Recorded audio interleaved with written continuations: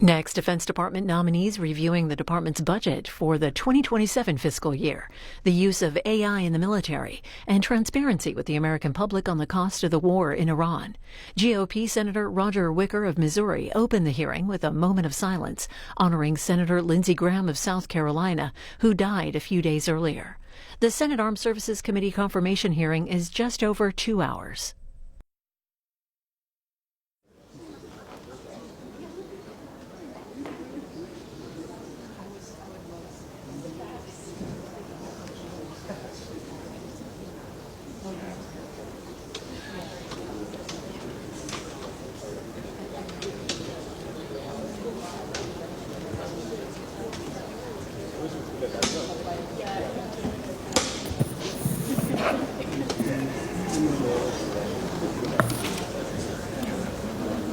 The committee will come to order.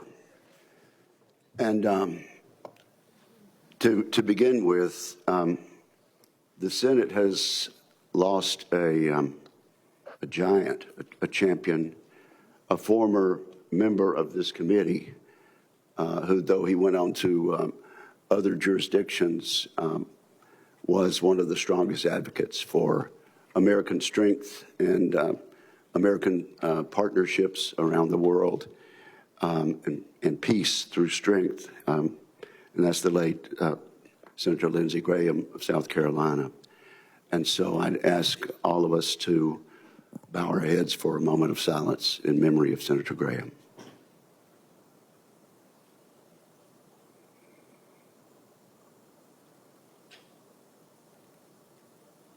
Thank you very much.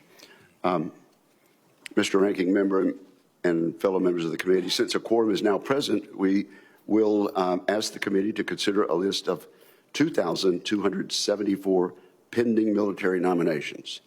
All of these nominations have been before the committee the required length of time. Mr. Ranking Member, is there a motion to report these 2,274 pending military nominations to the Senate favorably? I so moved. Is there a second? Second. The motion's been made and seconded. All in favor say aye. Aye. All opposed say no. The ayes have it, and the motion carries. Thank you all, and this executive session is now adjourned. And welcome to our distinguished visitors and their families. I thank them for being here and for their willingness to serve their country. The Honorable Jules Hurst has been nominated to serve as the Pentagon's Comptroller and Chief Financial Officer. If confirmed, he will be responsible for working with Deputy Secretary Feinberg to develop the defense budget.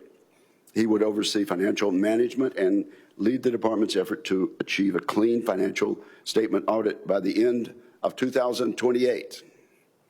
As we work toward a total defense top line of $1.5 trillion, a figure I have strongly endorsed, we'll need an adept controller. This person will manage a complex funding approach, one that combines base, discretionary appropriations, and mandatory reconciliation dollars. I note that some members of this committee have concerns with the reconciliation process. Excuse me. Some of those concerns are normal. They've been shared by members of both parties as the party in power used reconciliation to achieve party line goals. But other concerns, again from colleagues on both sides of the aisle, have been about the lack of information on reconciliation from the Pentagon. I acknowledge that there were problematic delays in apportionment and decision-making through the end of calendar year 2025. However, I think there has been a significant improvement in execution and information flow over the past 6 months, and I credit Mr. Hurst for his work on that front. We are not yet where we need to be, but we're headed in the right direction. So I think the committee is going to appreciate Mr. Hurst's commitment to continue providing all members of this committee with a full and free flow of information. Mr. Matt O'Malley has been nominated to serve as Deputy Under Secretary of Defense for Acquisition and Sustainment. If confirmed, he will be responsible for helping the department as it implements the Forged Act, strengthens cooperation with allied and partner industrial bases, and rebuilds American supply chains. The central challenge facing the Pentagon is not only producing more of what we already have, but also fundamentally changing the way the department acquires and sustains capabilities. The United States must do so if we hope to prevail in a protracted fight against a peer adversary. We must harness the innovation of our private sector by moving the defense acquisition strategy to a commercial-first approach. I look forward to hearing how Mr. O'Malley intends to drive that change. Dr. Eric Hernandez-Baquero has been nominated to serve as the Assistant Secretary of the Air Force for Space Acquisition and Integration. In this role, he will act as an acquisition executive and as a senior architect for space systems across the Department of the Air Force. He will be responsible for delivering combat-ready space systems to the Joint Force and for integrating those weapons with commercial capabilities. The President's budget proposes to more than double Space Force investments in the coming fiscal year.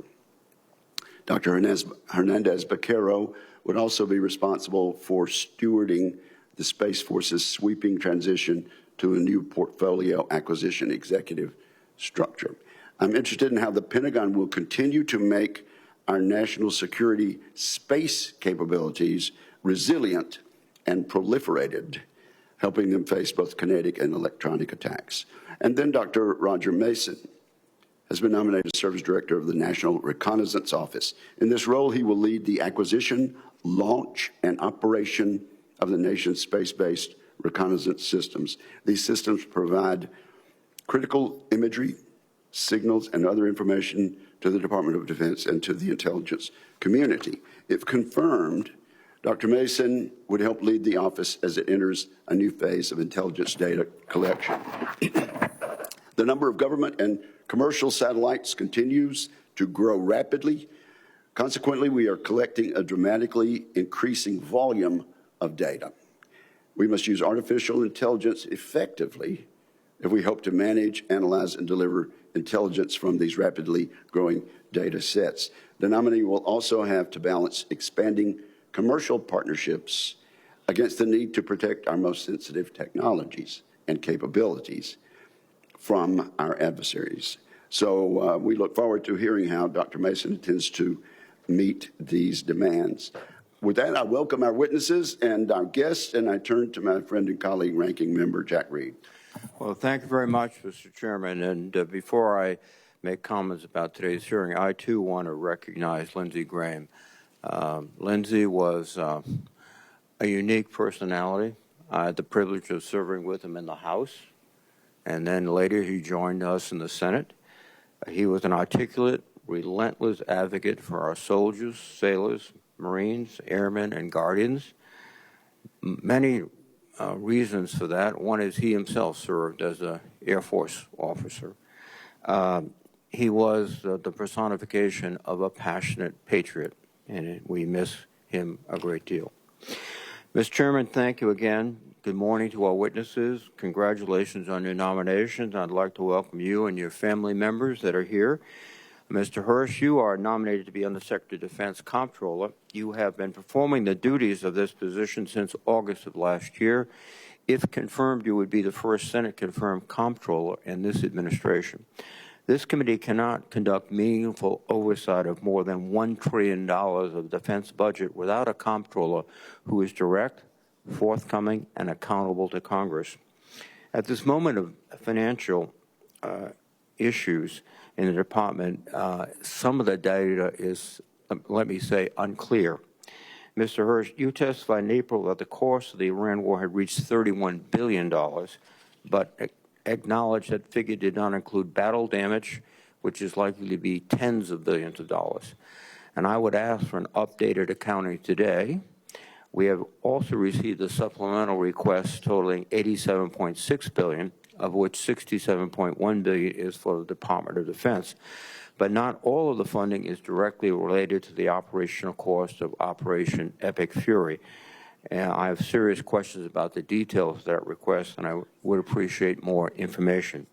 Similarly, the Department's FY 2027 budget request assumed an additional $350 billion in reconciliation funding for barracks repair and munitions and aircraft procurement, among other priorities.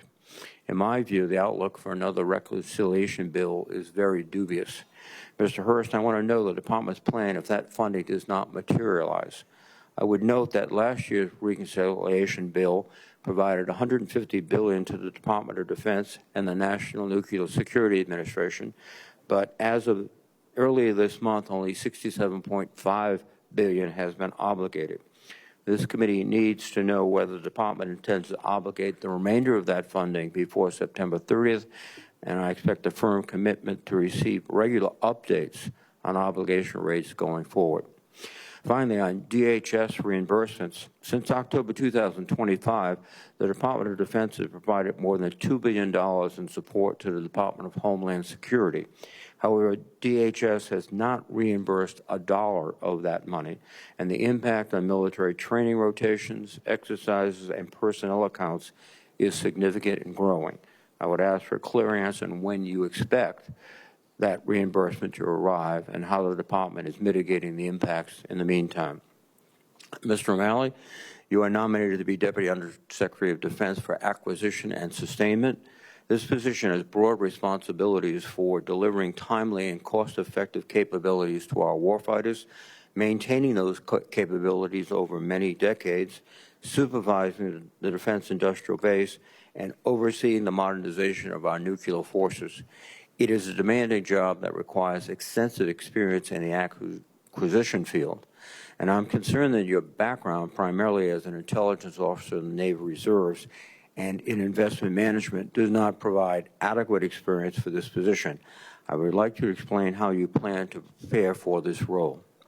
The multi-year procurement negotiations currently underway for key munitions are among the most consequential acquisition decisions the Department faces, and I'd like to understand your approach to accelerating munitions production, as well as your ideas for incentivizing industry to contribute more of their own resources to delivering these systems in greater numbers at speed.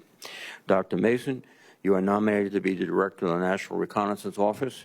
Your background as the Assistant Director of National Intelligence for Systems and Resource Analysis should give you important familiarity with NRO's mission.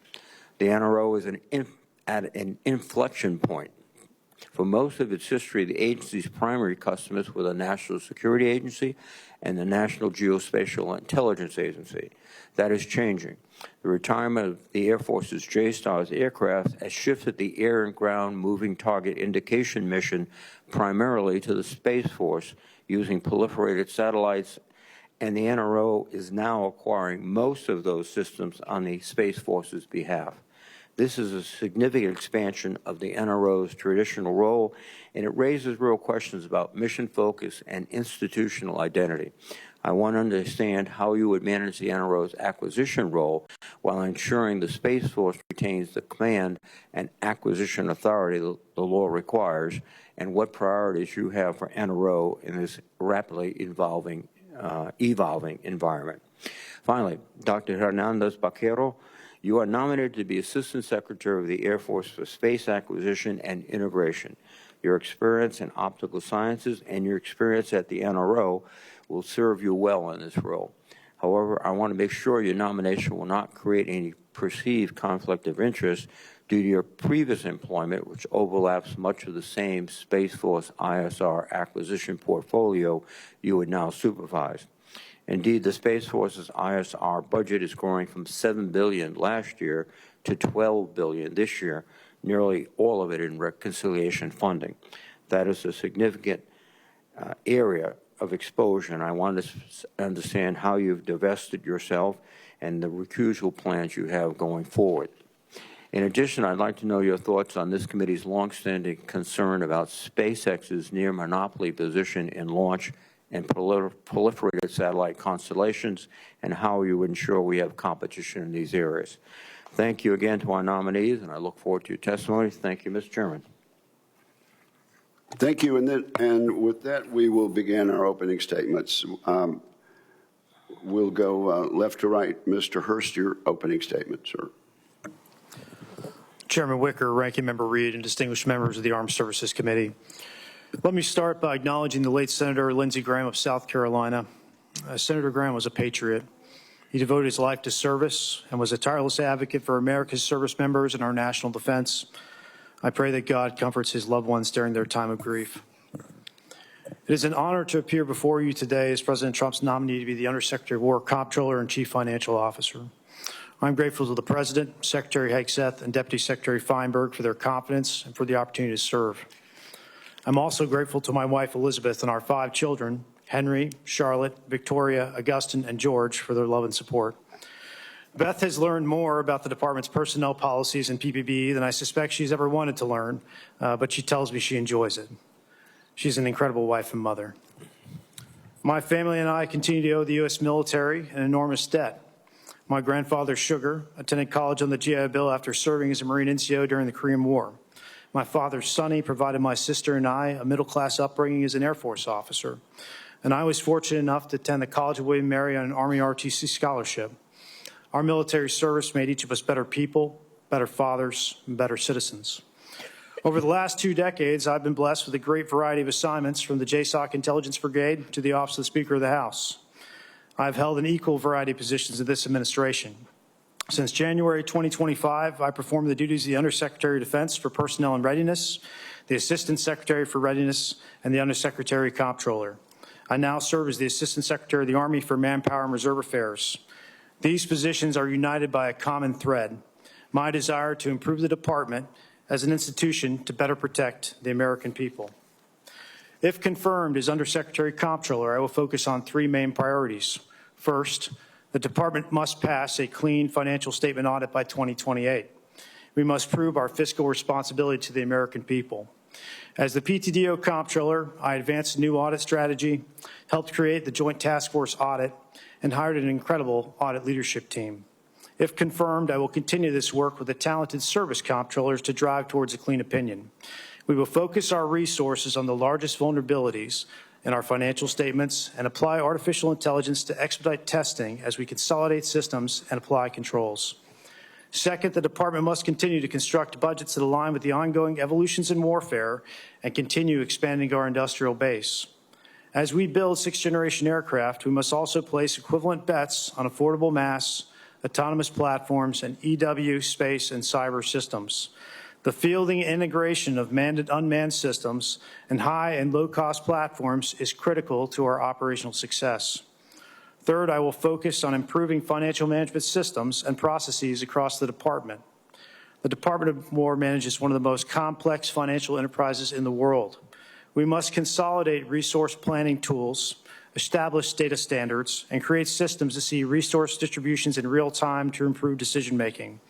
If confirmed, I commit to continuing a full-court press to achieve a clean financial statement opinion in 2028, budgeting for the evolving character of warfare, and modernizing our financial systems and processes. Thank you for the honor of being here today. I look forward to your questions.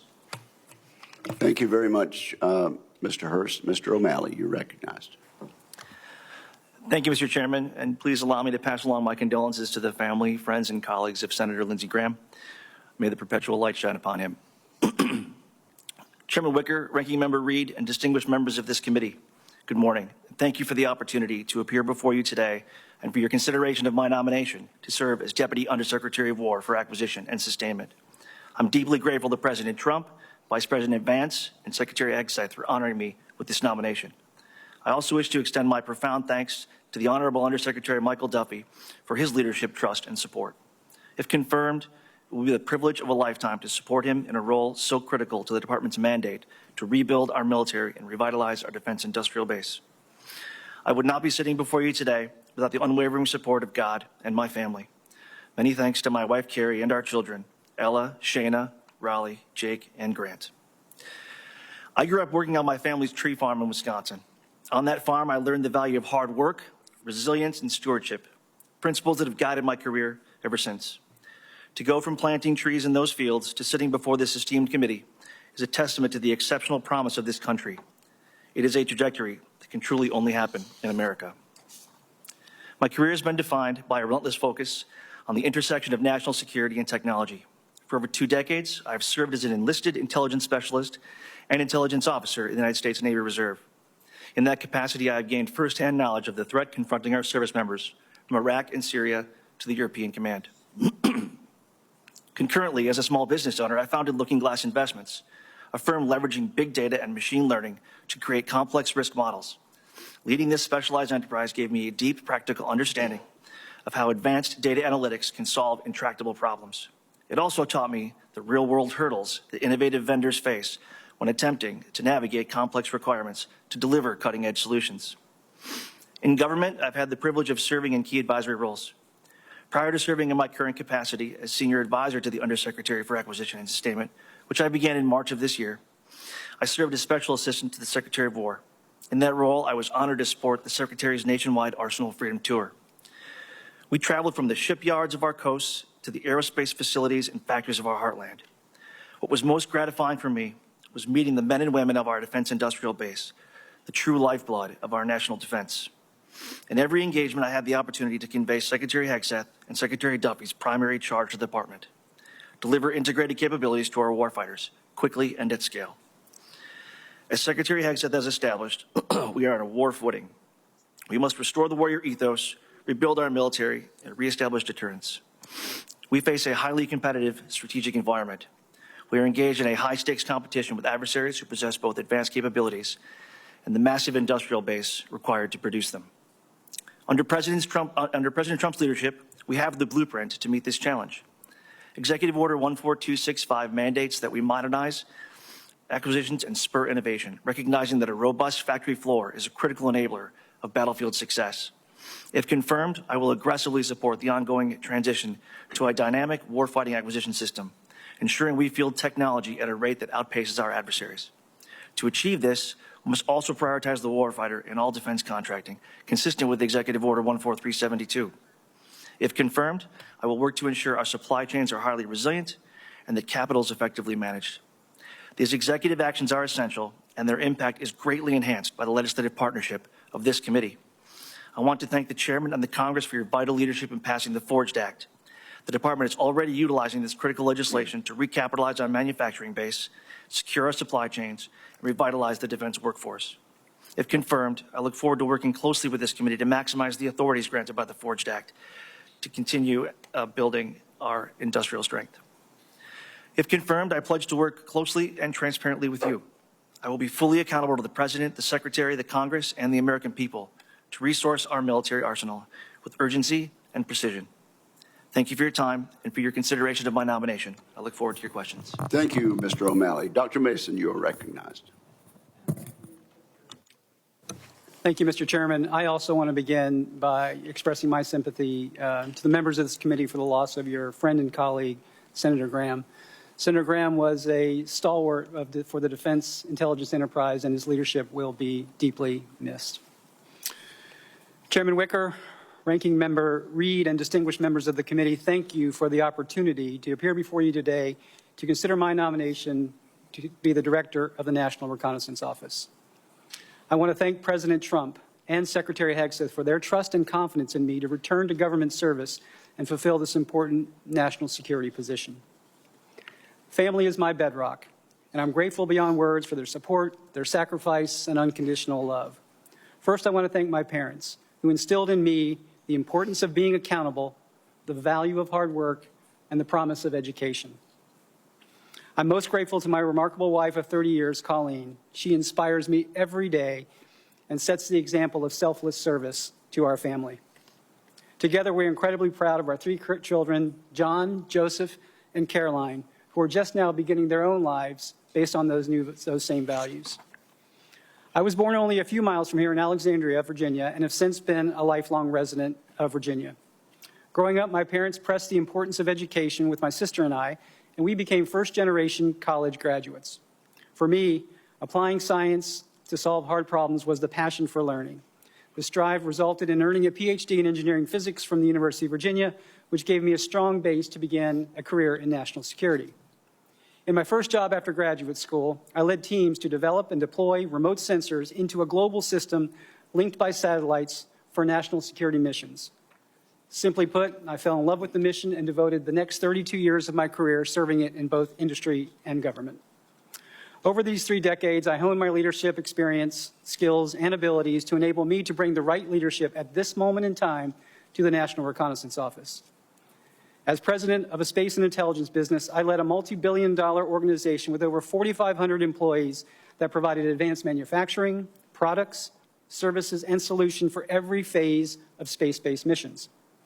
I was honored to serve as the first Assistant Director of National Intelligence for Systems and Resource Analysis, driving strategic capability investments, developing intelligence requirements, and conducting independent cost estimates on every major system acquisition. In that role, I gained valuable insight across all intelligence missions, from the strategic to the tactical, from counterterrorism to foreign military combat capabilities, and everything in between. Today marks an incredibly exciting time for space, not seen since the NRO began the dawn of space intelligence in the 1960s. We are in a space renaissance, where the pace of technology advancement, the speed of innovation, and the promise of the future has drawn unprecedented investments from many sectors. The future of space and how our nation can use it for good seems limitless. Today, the NRO embarks on a new journey to fundamentally change how space-based intelligence is done. The future of space, however, is also contested.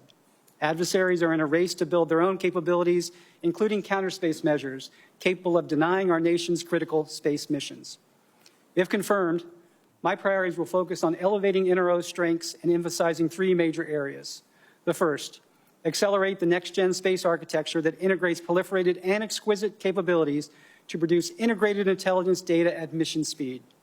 The second, enable NRO to push the leading edge of space technology and innovate even faster. And the third, ensure enterprise-wide resilience from space vehicles to the ground and everything that connects the agency. These priorities will only be achieved with a vibrant, mission-focused workforce and critical strategic partnerships. The NRO workforce is the heartbeat of the organization and demands the full attention of its leadership to attract, develop, grow, and retain its world-class talent. To deliver success, NRO's strategic partnerships with the military, intelligence agencies, and our allies are essential. And we must continue to work closely with an expanding industrial base. All of these relationships must be built with strong communications, transparent processes, and a spirit of problem solving. Chairman Wicker, Ranking Member Reed, and distinguished members of the committee, I conclude these remarks by giving you my commitment that, if confirmed, I will bring the very best of my energy and skills in service to the nation to lead the NRO with the strength it deserves and the future vision it demands. Thank you for your time today, and I look forward to answering your questions. Thank you, Dr. Mason. Dr. Hernandez-Becerra. Good morning, Chairman Wicker, Ranking Member Reed, and distinguished members of this committee. I want to first express my deepest sympathy to all who mourned the recent passing of Senator Lindsey Graham. As a fellow Air Force veteran, I am saddened to see him slip the surly bonds of earth and pray his last high flight brings him the joy of touching the face of God. Senator Graham's lifelong dedication to the nation sets a great example for those called to serve the cause of freedom. I thank this committee for the opportunity to appear before you to answer this call. If confirmed, I would be honored to serve as the second Assistant Secretary of the Air Force for Space Acquisition and Integration. This opportunity is only possible by the grace of God and His divine providence. I humbly thank President Trump, Secretary Hegseth, and Secretary Mink for their trust and confidence in me. I am eternally grateful to my family, friends, and colleagues who supported me through 36 years of military service in the Air Force and executive leadership in the space industry. Most especially, I thank my wife, Kimberly, and my sons, Curtis and Nathan, who deserve recognition for their steadfast love and patriotism. It is this love and patriotism that brings us here today. Our nation faces rapidly growing threats in and from space. Adversaries are increasing their anti-satellite capabilities, attempting to deny our freedom of action in space. Additionally, adversaries seek to hold our homeland at risk with advanced space-enabled weapon systems designed to evade our defenses. To counter threats, we must move quickly to seize the opportunities made possible by the most innovative and productive industry in the world. To do so, if confirmed, I will focus on three priorities: space acquisition reform, mission integration, and the acquisition workforce. I am excited by the acquisition reform that the Department and this Congress have started. If confirmed, I will further the implementation of these reforms by optimizing work for speed, harnessing commercial innovations, adopting new business models, and focusing on mission outcomes. I have done this as a military officer and as a business leader, and it works. If confirmed, I will codify this approach in acquisition strategies and implement change through good execution of space programs, emphasizing technical expertise, sound risk management, agile processes, and mission-driven operational support. These changes will foster a culture of excellence and innovation critical to mission success. In recent years, progress has been made in making space acquisitions nimbler through the development of smaller satellites and modular software-driven architectures. Such architectures can be fielded faster and at lower unit cost, but they create significant integration challenges, as no single system can perform the full mission. If confirmed, I will drive mission integration by validating capabilities end-to-end early and often, taking advantage of the new mission-aligned portfolio acquisition executives, PAEs. If confirmed, I will also establish key mission threads, such as PACE-enabled kill chains, to close gaps, increase efficiency, maximize capacity, and ensure interoperability. Finally, if confirmed, I will partner with stakeholders using the authority that Congress established as chair of the Space Acquisition Council to ensure architectural alignment across the space enterprise. None of these efforts are possible without the professionalism of a talented acquisition workforce.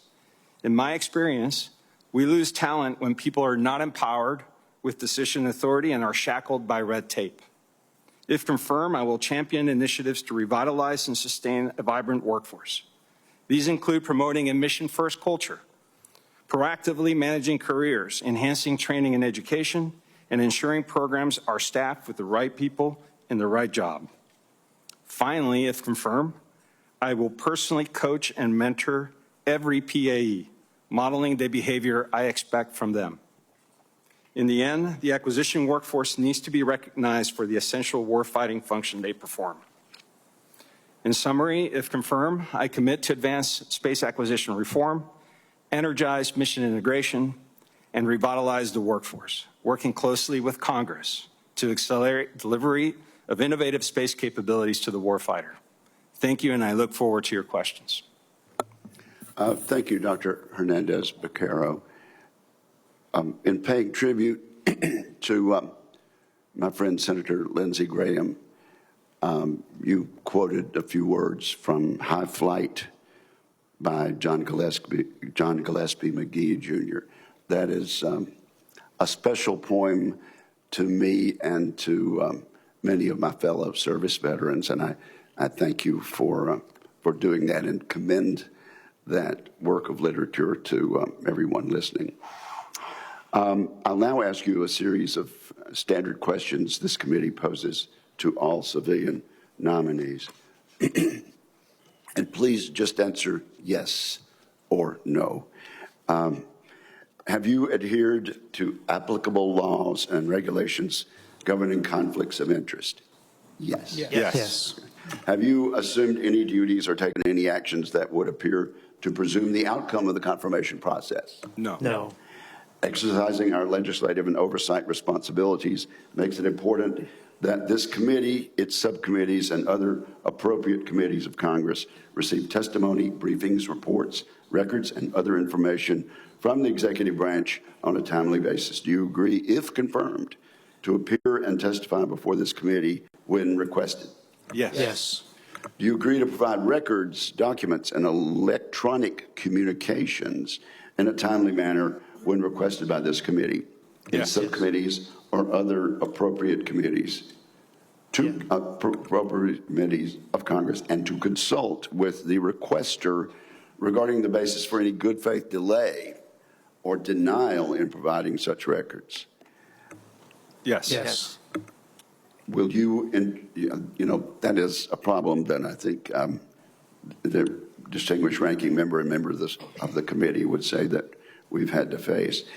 So it's good to hear your answer in the affirmative there. Will you ensure that your staff complies with deadlines established by this committee for the production of reports, records, and other information, including timely responding to hearing questions for the record? Yes. Yes. Will you cooperate in providing witnesses and briefers in response to congressional requests? Yes. Yes. Will those witnesses and briefers be protected from reprisal for their testimony or briefings? Yes. Thank you very much. And now we begin with a round of questions by members of the committee, and I'll begin by asking this to you, Mr. O'Malley. The last NDAA that we passed shifted a burden toward what we call commercial first. Is that a term that is familiar to you, sir? Yes, Senator. Okay. Well, for the benefit of the Americans listening, we shifted the burden from if you're going to buy commercial, you had to get approval, to requiring approvals if you're not going to buy commercial. So if you're going to buy commercial, you don't have to have prior approval anymore. That means we made commercial procurement the preferred option in contracting. However, since the executive order was signed pursuant to legislation passed by the Congress and signed by the President of the United States, the department has actually reduced its commercial spending by nearly 1 percentage point. That's going in the wrong direction according to the statute. So how would you make sure commercial first is taken seriously and actually is implemented according to statute? Yes, Senator. So as it relates to commercial first, I appreciate that data that you just shared. I had not been aware of that, certainly not heading in the right direction. We know from the discussions of commercial first that we need to work with the services to accelerate the adoption of commercial first solutions. There are proven commercial tools we know exist, and this goes to the Secretary's emphasis on the speed of relevance. Commercial first is certainly part of that.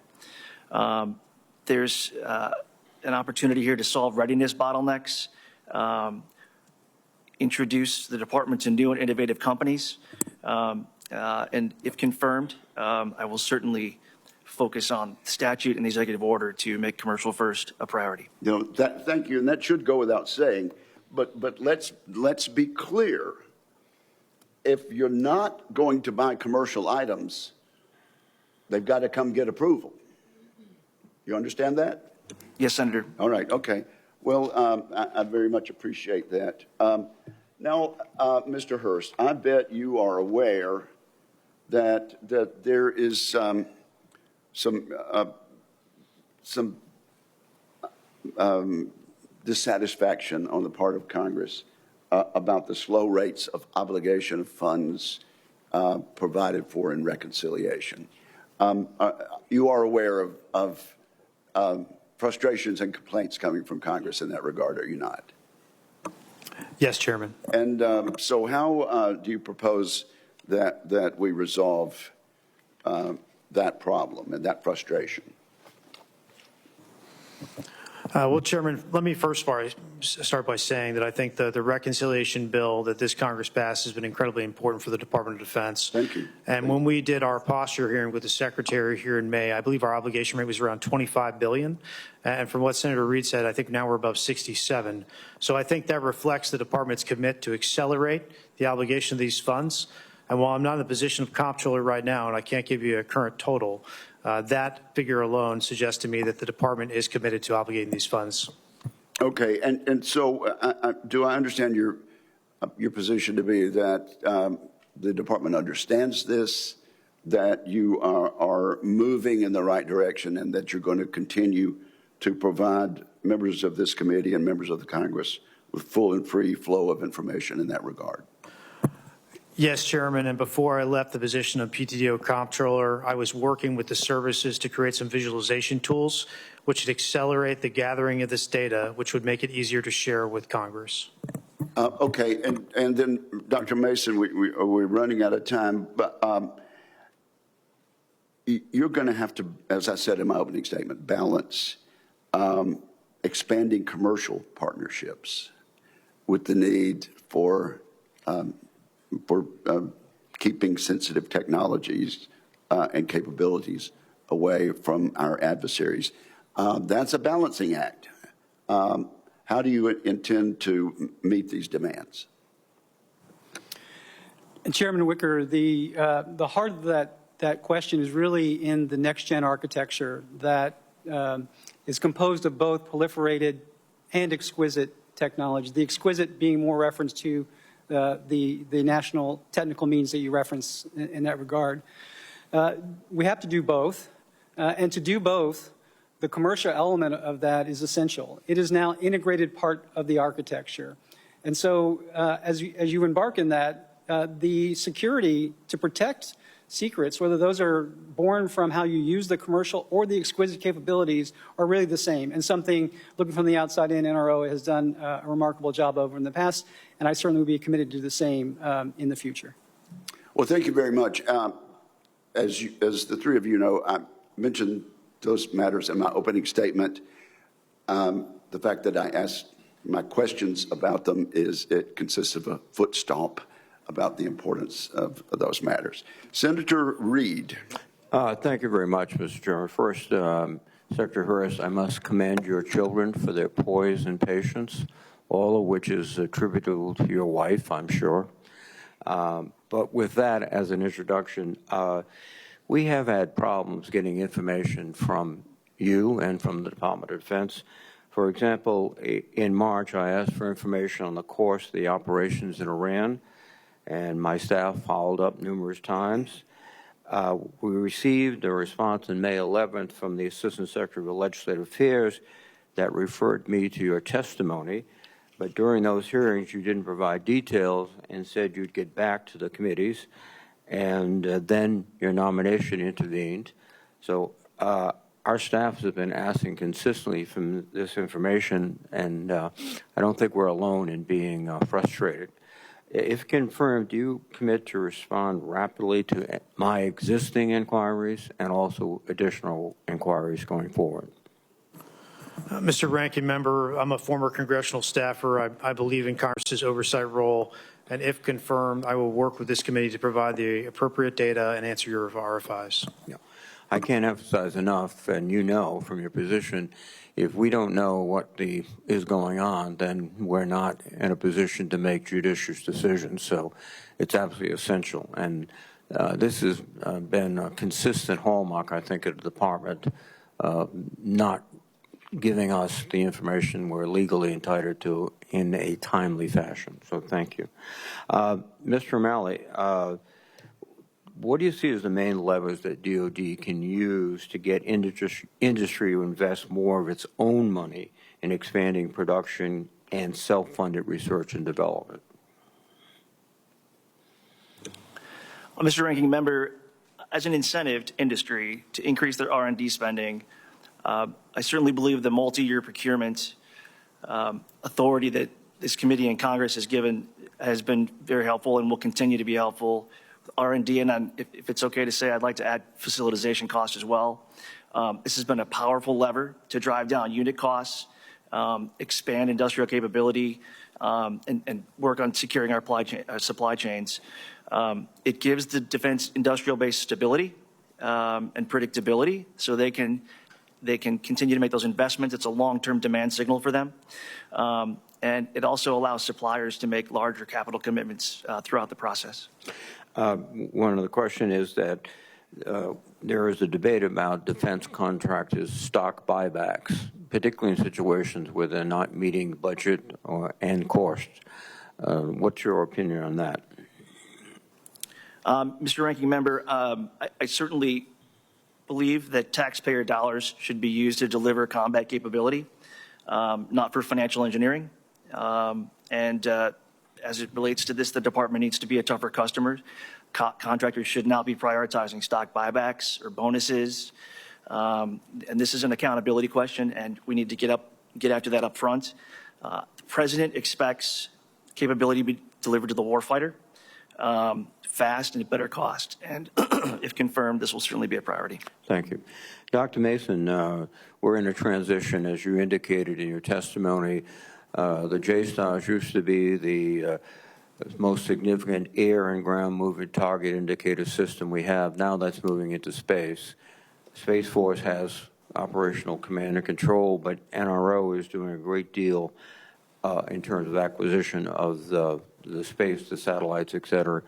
Are you worried that NRO might become too operationally focused on near-term Space Force requirements? Ranking Member Reed, first of all, thank you for taking the time to visit. I appreciate that very much. Let me start by saying that the relationship, the coordination between the United States Space Force and the NRO is essential. It's the cornerstone for space dominance for the nation. At the same time, the roles and responsibilities are quite clear. Space Force organize, train, and equip. NRO provides space-based intelligence for the IC as well as the warfighter.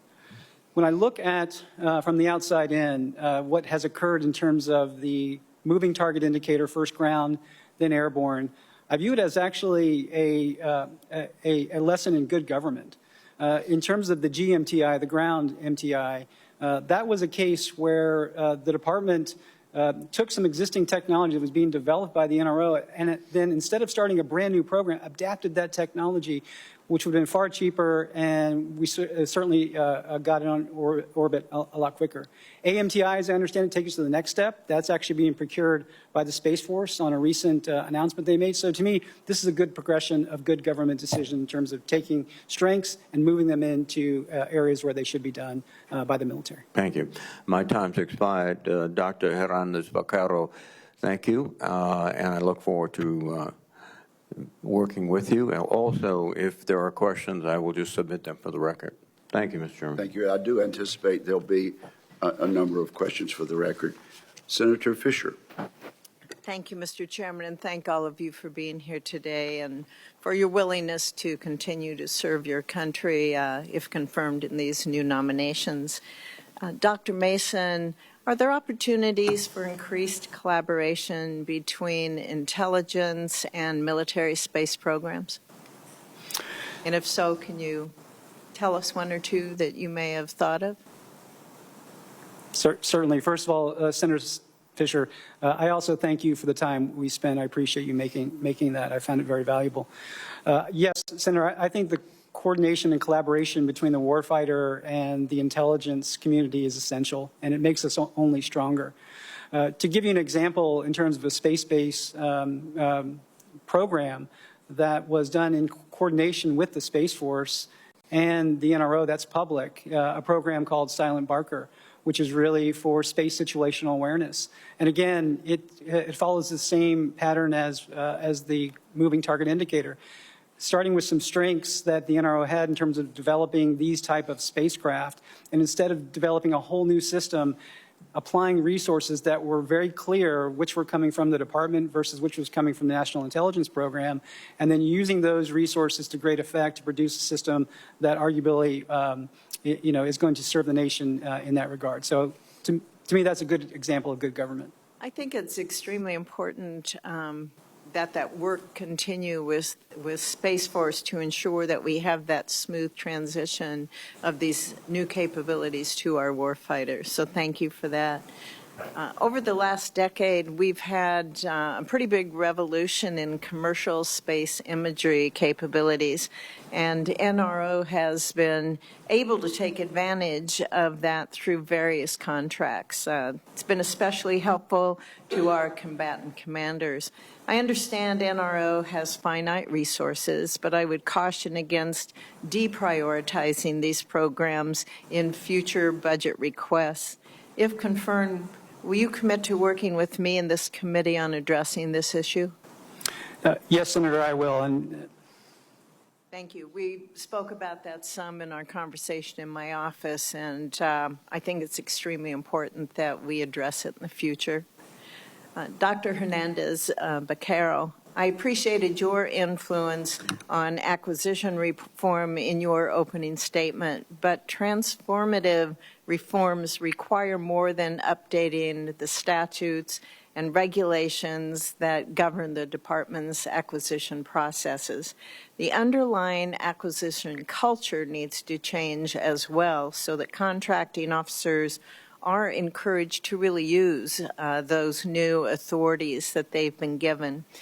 Which acquisition programs concern you the most as you look at that from a cost, schedule, or even a technical risk perspective?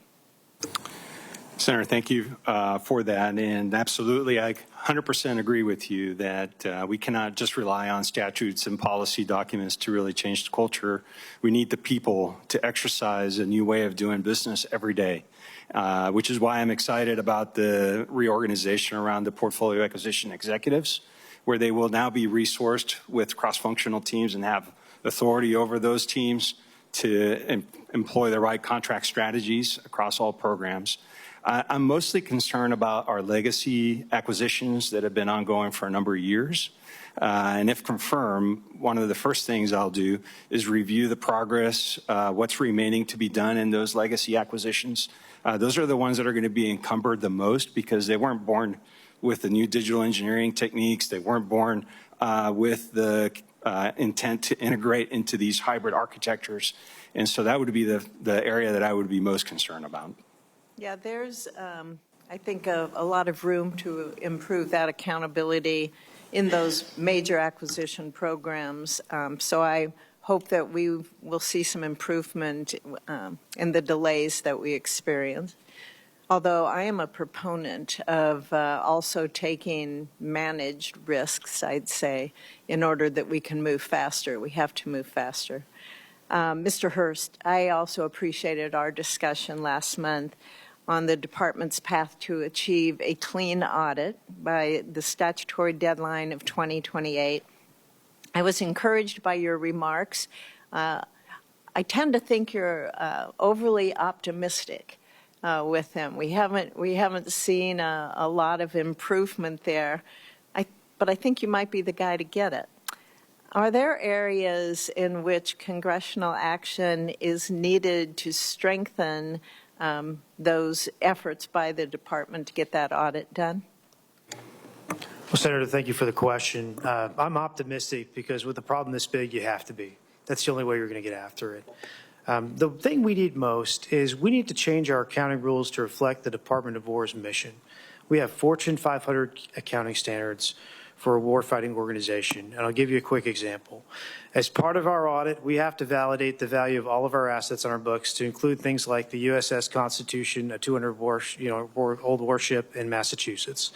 And we have to account for every single modification we made to that vessel in the valuation and prove that to our auditors if they decide to sample that.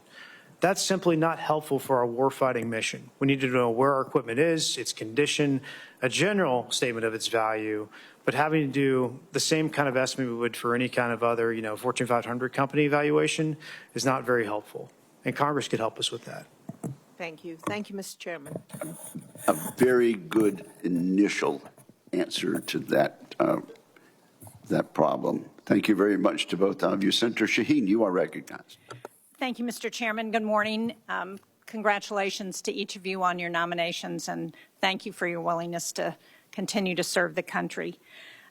Secretary Hurst, yesterday President Trump announced that he wanted to put a 20% fee on cargo going through the Strait of Hormuz, and he gave us his rationale that we need help if we're going to police operations in the Straits, that we need help paying for the cost of those operations. Now, the estimates that I've seen so far suggest that that would result in a $15 increase on a barrel of oil, and that's after yesterday's highest jump in gas prices in 6 years in the United States. Last month, Secretary Rubio was asked about this, and he said that such fees would violate international law.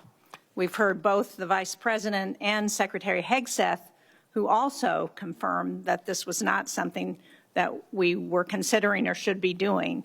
So what is the position of the department on tolling commercial vehicles through vessels through the Strait of Hormuz? Senator, I appreciate the question, but this just falls well outside my expertise or knowledge. So we can take that for the record for the department, but I can't give an answer today. Well, given that the issue that's cited there is the cost of the operations in Iran, it seems to me that that's something that you ought to be intimately involved with if you're confirmed for this position, because it's going to have a huge impact not just on the amount of money that we're paying, but also on how we're being viewed by the rest of the world. As Secretary Rubio has said, this would be a violation of international law. So I hope, if you're confirmed, that you will find out what the department is thinking about this issue. Do I have a commitment that you will do that? Yes, ma'am. If confirmed, I will dig into this issue. Thank you. Mr. O'Malley, if confirmed, you'll oversee the office responsible for installations and environment, including PFAS remediation. The FY26 NDAA required the department to provide alternative water in communities around military bases with contamination above state and federal maximum contaminant levels for PFAS. But I'm hearing from residents in New Hampshire that a year after this was put into effect, it has still not been implemented for the former Pease Air Force Base. Despite the fact that the Air Force has, I think most people would agree, been very supportive of cleaning up PFAS in the Portsmouth area around Pease. And so it's disappointing to see that they are not going along with what's been determined to be practice. So if confirmed, will you commit to continuing DOD's existing practice of conducting PFAS cleanup at military installations and communities affected by DOD releases of PFAS, and check into this issue, why our residents in New Hampshire are not having their water being dealt with? Yes, Senator, I will. Thank you.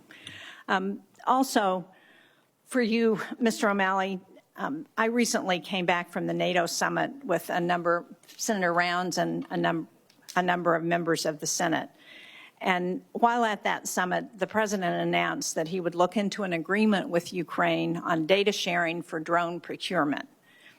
As you know, we have a lot of lessons that we can learn from the Ukrainians with respect to drone technology.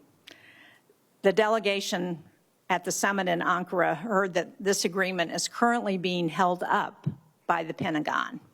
So if confirmed, will you commit to looking into this and reporting back to this committee about what the holdup is and when it's going to move forward? Yes, Senator, I will. Thank you. Dr. Mason, the NDAA passed out of this committee includes a provision to require intelligence sharing with the Ukrainian armed forces in Russian-occupied territories. It builds on last year's provision that required notifications of any stop to this intelligence sharing. Can you talk about why this continued intelligence sharing with the Ukrainian armed forces is important and why it would be helpful for us to continue this effort? Senator Shaheen, in terms of the scope and the mission of the NRO, the focus that I would have, if confirmed, is ensuring that the data collected is accurate and relevant and timely.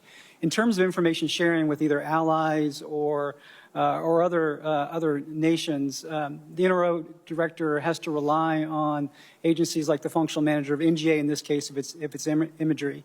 And so I would commit to taking that on board to make sure that we supply the NRO NGA what's needed in terms of satisfying those requirements from a shareability standpoint. I will also say that from a commercial standpoint, this is one of the benefits of commercial imagery, that it's more easily shareable to satisfy a number of intelligence missions as well as our partners. Thank you. Thank you, Mr. Chairman. Senator Shaheen. Senator Rounds, you are recognized. Thank you, Mr. Chairman. First, let me just thank all of you for your service to our country. Mr. O'Malley, I'm going to ask you a question that I normally wouldn't ask, except for the fact that I think it's been brought up that specifically it's technical in nature, but it's one that I think we want to bring attention to. The Portable Intermittent Fault Detector, or PIFID, This is an aircraft wiring tester achieved authority to operate on the F-35 program in 2020. Over the last 6 years, the PIFID has been used only to respond to action requests and have resolved over 90 aircraft wiring problems, including returning grounded aircraft to operational status. According to the Department of War and GAO data, the PIFID has increased readiness by more than 50% on every aircraft wiring system that has been applied to. A GAO report identified that 3 out of 4 F-35s are not mission capable. As it pertains to the F-35 aircraft wiring intermittent faults and no fault found tests, results are of significant concern to this committee due to there being 3 variants of this aircraft with 47 different wiring configurations. If confirmed, will you work with me and the committee to determine why the PIFID has not been fully adopted and industrialized as a standard piece of support equipment across the F-35 program, and to establish a deadline for the adoption and deployment of the PIFID to F-35 maintainers to improve the readiness and sustainability of this critical weapons platform and to facilitate its deployment? Like I say, technical in nature, but pretty important. Yes, Senator, and thank you for meeting with me to discuss 3D printing and the South Coast School of Mines. I appreciate our time. If confirmed, I would welcome the opportunity to work with you on this issue and this committee and the Joint Program Office to examine specific engineering, funding, and bureaucratic barriers that have limited PIFID across the F-35 program. This has been recommended not just by the committee, but by the Pentagon in general. It needs to be implemented. The supplemental sent to Congress includes much needed funding to replenish munitions and cover operational costs. It does not include a request for military construction funds. While the department should review its CENTCOM footprint and possibly reposture for the current threat, I am concerned that not seeking military construction in the supplemental will drive the cost of rebuilding CENTCOM's infrastructure and presence into future base budget requests that will already be crowded with military construction requirements to support the bed down of the B-21, the F-47, Sentinel, and other emerging weapon systems. For Mr. Hurst, I understand the battle assessments take time, as well as figuring out what our partners will pay for and what we will pay for. But what are your thoughts on emergency appropriations that provide time for a regional posture review and funds to rebuild our presence, balanced with reporting and consultation with the Congress before the department moves out? Senator, let me come back to you after I've given that some thought. This conflict could greatly change our posture in the region, and I think that's something that has to be taken into account. But if you don't mind, I'll come back to you later on. That's fair. Well, matter of fact, if you'd like, I'll put it into a question for the record for you. Let's do that. All right. Thank you. Mr. Hurst, can you discuss some of the internal bureaucratic hurdles that prevent the department from rapidly allocating and executing congressionally appropriated funds? Are there any resources or authorities Congress could provide that would help mitigate those issues? And lastly, in 2025, the department advocated flexible funding for all software programs. Mr. Hurst, do you still believe the department needs this flexible authority for software and similar digital tools and systems? Well, Senator Rounds, I really enjoyed talking about this issue with you in your office. So as many of you know, it takes us a very long time to get funds from appropriation to the actual executing program office or unit. Sometimes that's 2 or 3 months inside the department. The main reason for that is we don't have a centralized electronic funds disbursement system. In fact, when comptroller initially gets an apportionment from OMB, we get that via PDF, and then we provide a PDF to the services. That's obviously not acceptable in the 21st century, and so before I left performing the duties of comptroller, I put together a tiger team to get after this issue. I would like to see us get funds dispersed across the department within 1 or 2 weeks at the most. We'll be working towards that. Sir, you mentioned funding flexibility. The PPB Commission has been very clear on that. The department probably needs more flexibility in a lot of areas, including software. But in order to do that properly, we have to make sure we have the appropriate mechanisms to communicate and be transparent with Congress. And so that's a conversation I'd like to continue to have with you if confirmed. Thank you. Thank you, Mr. Chairman. Thank you, Senator Rounds. Senator Gillibrand.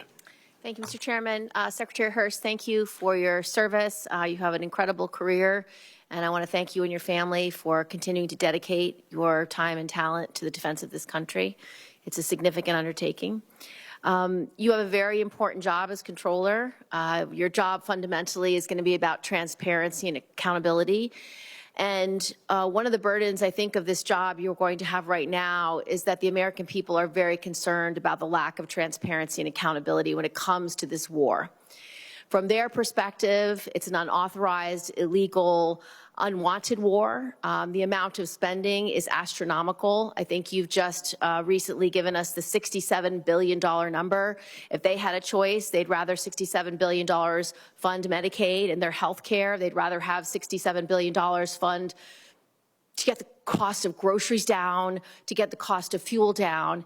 And with the constant problems in the Strait of Hormuz and the continuing and the escalating of this war, people are very distressed about the cost of fueling their cars, fueling their homes, the cost of diesel for truck drivers, and the cost it's having on everything because of that increase. So transparency is something that we care very much about. And in your budget, it is not clear, especially for the supplemental, what is creating these enormous costs. You're asking for an additional $350 billion, which to New Yorkers is going to seem like a slush fund to them. So it's unclear, are these costs to pay for the destruction because of the war to our bases and operations abroad? Is this cost because of the increase in costs to our Navy ships because they were extended at sea? Are these costs because of wasteful domestic deployments of DoD personnel? Senator, again, thanks for the question. The $67 billion supplemental, I wasn't involved in the generation of that because I'm not in the position of comptroller. But let me say this. The department needs a generational investment in its defense, right? The Arleigh Burke class destroyer, the first one was commissioned in 1985, 40 years ago. It's still the mainstay of our surface fleet. The Air Force is planning to fly the KC-135 until potentially the 2070s. We have to update our platforms. We have to buy affordable mass. We have to procure autonomous warfare platforms and integrate them into the force. Well, let's talk about autonomous platforms. I know that you've authored at least articles or books, I'm not sure, on AI as well as autonomous systems. And I'm highly concerned about the bombing of a school in Iran, a girls' school. That bombing has been deeply upsetting to New Yorkers. 120 children were killed, and we still don't have a report on that. Again, transparency and accountability. It is essential that this department give this Congress the report of how that target was selected, why more recent data and information showing that it was clearly a girls' school and no longer part of the military base that was next door. Have you been given the report on how that targeting was made and whether AI systems were used? Senator, I have not seen that report. I regret the loss of any civilian life in any conflict. I'm also deeply concerned that as we wrote this last NDAA, there was pushback by the department on making sure that there's a human in the loop. The language that they agreed to was appropriate human oversight. That is obviously not the same thing as human in the loop. And so when we are choosing targets, I understand when it comes to defense, having autonomous, quick systems to protect men and women on the battlefield, protect our assets, protect our infrastructure is essential, and having AI-enhanced capabilities to defend is extremely important. But I'm highly concerned that before we push send on a missile that is going to target perhaps a girls' school because the targeting was done so poorly and the analysis wasn't done accurately, that we have a human in the loop. What is your view on that? Well, Senator, I would say I think it's very important for the department to engage with the committee and talk about how it's using AI. And I think, as somebody who worked on Project Maven and was a targeting officer in his career, I think AI has the potential to actually improve the safety for civilians in warfare. It's all about how we implement it, but we owe you that conversation. Absolutely, and we are waiting for that report. And Mr. Chairman, for the record, I hope we receive that report soon. Thank you very much, Senator Gillibrand. Senator Ernst. Yes, thank you, Mr. Chair. And I want to start by saying thank you, Mr. Chairman, and to our ranking member as well for recognizing our dear colleague, Senator Lindsey Graham of South Carolina. I've looked across the dais, and that incredible gentleman was a friend, I think, to all of us on this committee, and he most certainly was a friend to our Department of War. So thank you for that, and thank you for remembering him. I won't be able to get to all of you today, but I do hope that all of you are committed to delivering results and specifically faster fielding of capabilities for our warfighter as we go through this next fiscal year.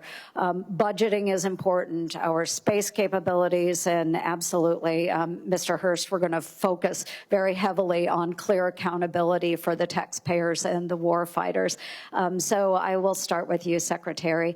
The fiscal year 27 budget request was actually built before we started engaging in epic fury, before we had an oil blockade on Cuba.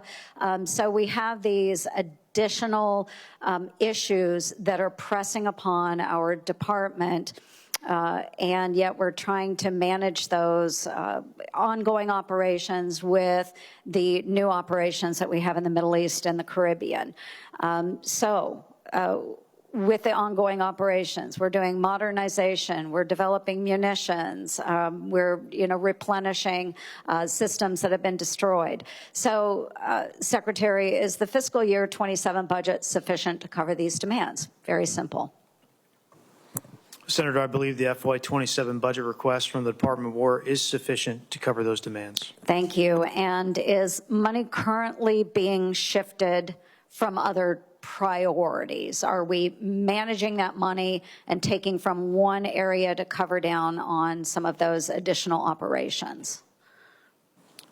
Senator, again, I've avoided presuming confirmation, so I'm not involved in the fiscal management of the department at this time. But I would say historically, whenever there are contingency operations, the department makes trade-offs within its current year budget. Mm-hmm. So I would argue that as we're moving forward, most certainly I'm sure money has been shifted and we need to replenish where we can. So I do hope that this committee and others in the Senate are able to come together and find a way forward to reinforce our Department of War. Moving on to the audit, it's been brought up a number of times. The department is committed by the year 2028 to complete a clean audit. And we found a lot of material weaknesses in the fiscal year 25 audit. I think there were 26 of those weaknesses identified, and we still have taxpayers being asked to fund $1.5 trillion for the defense of our nation. So what specifically, and this is coming from an old auditor. I started my elected career as an auditor, mind you, for a very small rural county in Iowa, but as an auditor. So what specifically has changed in your approach to completing a clean audit? And what milestones do you assess you can meet at the one-year mark? Senator, the fundamental change in our approach is this. Previously, we were pursuing over 25 different opinions to get to the DOW audit. We were boiling the ocean slowly. Now what we're doing is pursuing a Dow consolidated audit. We're raising our materiality, and we're focused on the biggest liabilities in our balance sheet. And we're going to focus our resources against those. The other thing we're doing that's compelling is we're hiring an IPA. The IG is hiring an IPA to run the audit. And this IPA is going to have access to advanced tools and AI systems that will help them incorporate the data, look at it faster than the IG staff can. We're also doing that on our side. We're applying artificial intelligence. The Marine Corps, which has had a clean opinion for 3 years in a row, has many material weaknesses left. They got their opinion by substantive testing. We can do the same thing inside DOW with the use of artificial intelligence and the leveraging of resources. No, I appreciate that, and I look forward to working with you over the next 6 months in my remaining time here to make sure that you are achieving that clean audit. I do want to recognize as well, you do bring up the USS Constitution, and that's an interesting argument that maybe we need to have. It is still an active naval vessel. So it does belong to the Navy, and it does have to be accounted for. But at the same time, you bring up an interesting point where it's not really focusing on an active mission for our war fighters. And perhaps as we identify areas such as the USS Constitution, and I'm not saying please, I know the Navy is just going to come after me for this, but perhaps in the future we need to have those conversations about what remains in the inventory of the United States Department of War, or what maybe gets shifted to other entities like the Smithsonian, where it could be supported by federal dollars and private donors. Again, the Navy will come after me for this, but it is an interesting conversation. I'm not supporting or not supporting, but certainly you do bring up an interesting point. We want to make sure that our taxpayer dollars are going specifically for the war fighter. So thank you all very much. Thank you, Mr. Chair. Thank you, Senator Ernst. I wonder to what extent that is a rather rare example, or something that is writ large, but I appreciate your input in that regard, and thank you for your service. Senator Hirono is next. Thank you, Mr. Chairman. I ask the following two questions of all nominees before any of the committees on which I sit to ensure the fitness to serve. So I'd like the responses starting from Mr. Hurst, and then we'll go down the line. Since you became a legal adult, have you ever made unwanted requests for sexual favors or committed any verbal or physical harassment or assault of a sexual nature? No. No, Senator. No. No. Have you ever faced discipline or entered into a settlement related to this kind of conduct? No, Senator. No, Senator. No. No. This is for Mr. Hurst. In April, you testified that Operation Epic Fury, better known as the war in Iran, had cost approximately $29 billion, largely driven by munitions, operations, and maintenance expenditures. More recently, independent assessments suggest the true cost is already over $100 billion when damaged aircraft, bases, and other war-related expenses are fully accounted for. What is the department's current estimate of the total cost of Operation Epic Fury, including the other expenses I mentioned? Senator, during my testimony before this committee, I conveyed the estimate compiled by the military officers of the Joint Staff and the civilian comptroller workforce, unmodified. I don't have an updated estimate, ma'am, because I haven't been in the position of comptroller, but if confirmed, I'm happy to work with you to get that answer. Well, all indications are that there's no end in sight of the cost of this war, and I think that this committee and the American people need to be apprised on a regular basis what is happening with this war, because prices keep going up with all of the other items that our families have to pay for.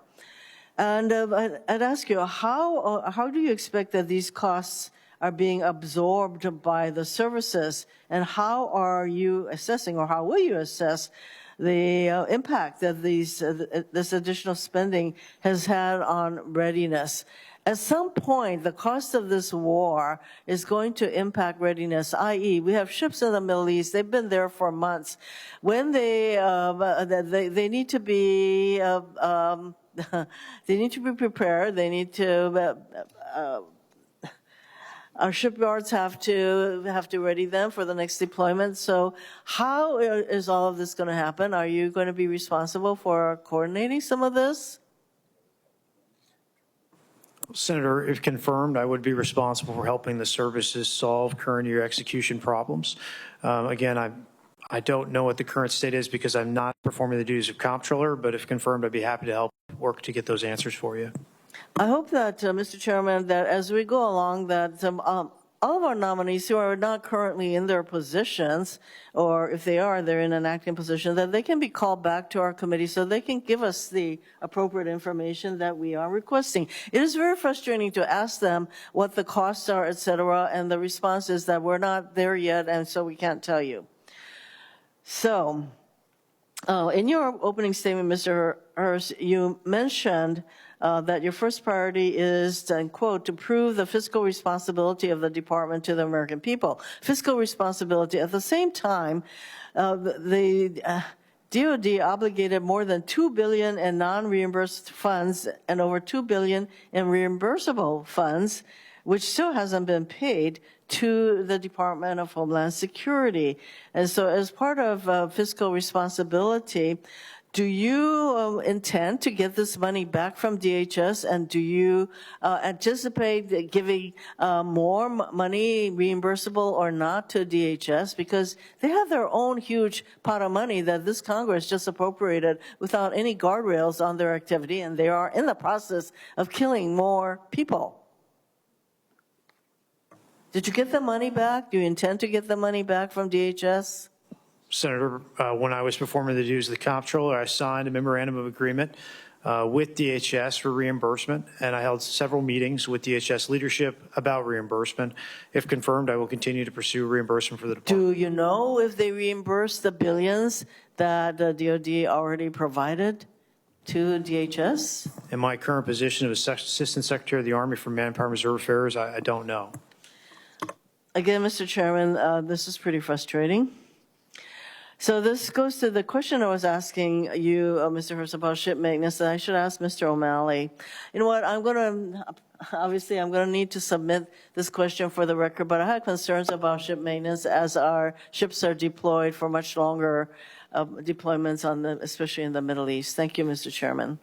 Thank you, Senator Honro. And your comment is noted.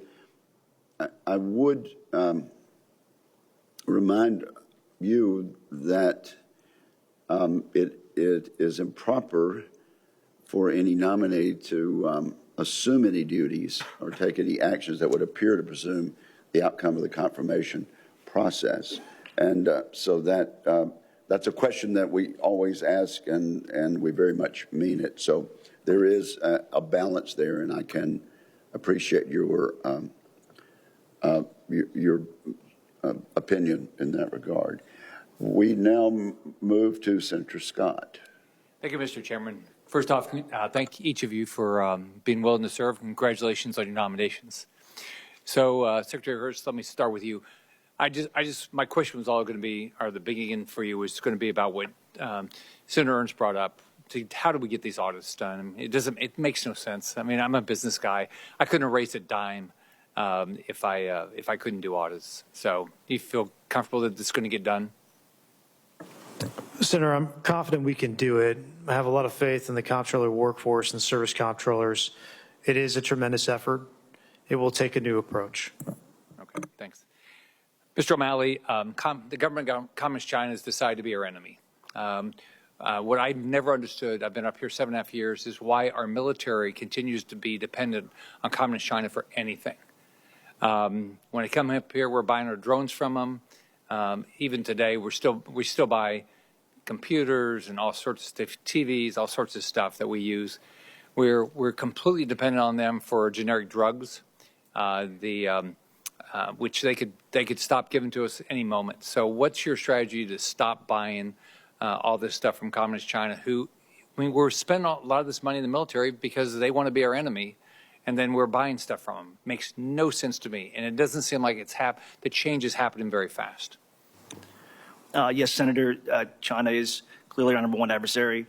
As it relates to the supply chain, we need to do a better job of illuminating the supply chain and systematically identifying, targeting and decoupling from China. I think we need to continue to deploy the advanced supply chain tools that we've been working with to gain multi-tier visibility with no choke points. And of course, we also need to reshore these capabilities as quickly as possible, and it will certainly be a focus if confirmed. So is it going to happen? I mean, everybody, in the last 7 years, everybody comes up and says, yep, we're going to do this. But is somebody going to do it? So, Senator, It's not happening. I mean, as far as I can tell. so the department recently released the 1260H list about the technology of Chinese military, identifying, isolating adversarial military influence. That strikes me as a good first step, and continuing to emphasize decoupling from China. So, Dr. Hernandez-Beccaro, so the Space Coast is a big deal in Florida, right? I think it's probably, we've got the best commercial space capabilities and the best skilled workforce probably in the world for space launch there. Can you talk about why this is important to the Department of War? Yes, Senator, hailing from the great state of Florida and having spent my time at the Space Coast, I absolutely agree with you. It's essential.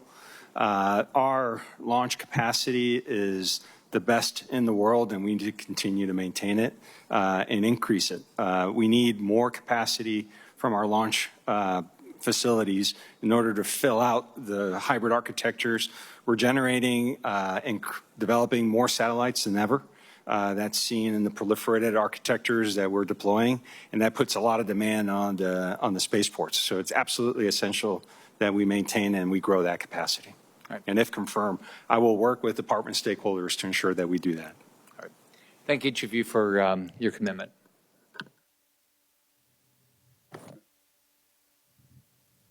Thank you very much, Senator Scott. Senator King. Mr. Hurst, I'm unpersuaded by your professions of ignorance about the cost of the war. You were the acting comptroller and chief financial officer of the Department of Defense until May 20th. That's about 7 weeks ago. And to sit here today and say, well, I don't really know and I'm not in the position, come on, you had to know this question was going to come up at this hearing today. How much has the Iran war cost the American people? Senator King, I will give you the same answer I gave you during the posture hearing, that it was $29 billion at the time I left the position. If confirmed, I'm going to work with this. Does that $29 billion include damage to facilities and assets in the region? No, Senator. That estimate did not include military construction. Again, we don't know what the posture is going to be. There are lessons learned from military construction from this conflict. I would say one of these is that the United States needs to invest more in hardened and deeply buried facilities, particularly in these kinds of areas, but it doesn't reflect MILCON. So that's not part of the estimate. What the estimate that you gave of $29 billion was simply essentially munitions and expenditures in direct result of the conflict. Senator, yeah, I would characterize that estimate as largely munitions. From memory, it was over $20 billion in munitions, and most of the rest of that was operational cost, whether that's fuel. In preparing for this hearing, you didn't ask any questions about updating that number? I felt it would be inappropriate to do so because that's not in my current role in the department. Well, I think it's very frustrating to the American people that we can't get a straight answer on what this war is costing, not to mention what it's costing and has cost the American people at the gas pump and in other costs. Mr. O'Malley, on acquisition, one thing that I think is important today, more than perhaps in the past, is buying the intellectual property when we buy a platform so that we can maintain and build parts. Every depot, every aircraft hangar, every ship should have a 3D printer. We shouldn't have to go back to the manufacturer. Do you agree? Yes, Senator, I do agree that obtaining the intellectual property up front should be a focus of the department as we're negotiating agreements. I do think there's a balance here. We need to let industry know that we have the ability to protect their IP after it's transferred to us. But I will, I'm thinking about what the CNO testified recently, where he said that the inability to perform organic repairs due to lack of technical data is inexcusable. I certainly support that, and I think intellectual property is. I appreciate that. And then to reiterate the point, right to repair is an important part of our responsibility and something that we should ensure that this is an enormous cost center. And also, in a time of conflict, it's a time issue, is it not? Yes, Senator. When I first started at the department, I sat next to a military assistant who told me a story about being on a FOB in Afghanistan and having to wait 5 days to have his equipment repaired. They had to bring a contractor in to get it done. I was very surprised by that. Certainly not acceptable, and if confirmed, it will be certainly be a focus of mine. Well, I hope that this is a serious commitment because both in terms of time and cost, the American people cannot afford long delays in this kind of situation. Thank you. I do have that commitment, do I not? Yes, Senator, I absolutely commit to working with you on it. Thank you. Mr. Hernandez, or Dr. Hernandez-Becerra, a big part of the cost of Iron Dome is going to be in your domain. Do you have any estimates, or have you looked at Iron Dome and at what the cost projections are? Because we have estimates from the administration of $125 to $185 billion. CBO recently said over $1 trillion. What's this going to cost us? Senator King, I have not been briefed on the details of the Golden Dome project and the development. I said Iron Dome, didn't I? Golden Dome. Yes, Senator, but it was started as that, and so I appreciate that. The system is complex, but I have not been briefed on the details, but I do know that the administration and that the program manager on that effort is laser focused on ensuring that we do that affordably. And if confirmed, I will work closely with the program manager to ensure that the space elements of that architecture are scalable and can be delivered at an affordable cost. Thank you. And Mr. O'Malley, I'm out of time, but perhaps I'll follow up with a question on this. I'm very concerned about the administration's continuing pressure toward building warships abroad. I think that's a terrible idea, both from a national security point of view, an industrial base point of view, American workers' point of view. Are you aware of this push by OMB to build warships in South Korea and Japan? Senator, I'm not aware of that specifically, but it's certainly something that I'd take for the record and happy to respond with.